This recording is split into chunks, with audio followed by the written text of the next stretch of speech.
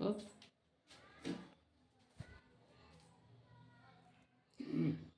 வாங்க நமக்கு Sunday special என்னென்னு பார்க்கலாம்.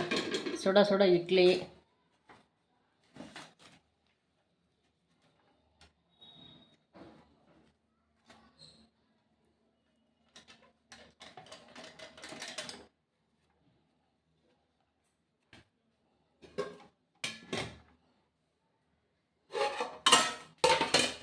மட்டன் கிரேவி,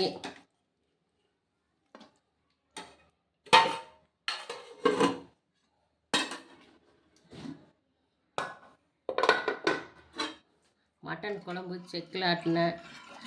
எப்போவுமே செக்கில் ஆட்டி வச்சா தான் குழம்பு டேஸ்ட்டாக இருக்குது. எங்கள் அம்மாலாம் அது மாதிரி செய்வாங்க. அதனால் நானும் இப்போ செக்கில் ஆட்டி குழம்பு வச்சுருக்கேன். இன்றைக்கி நம்ம வீட்டில் இதுதான் ஸ்பெஷல். வாங்க சாப்பிட்லாம்.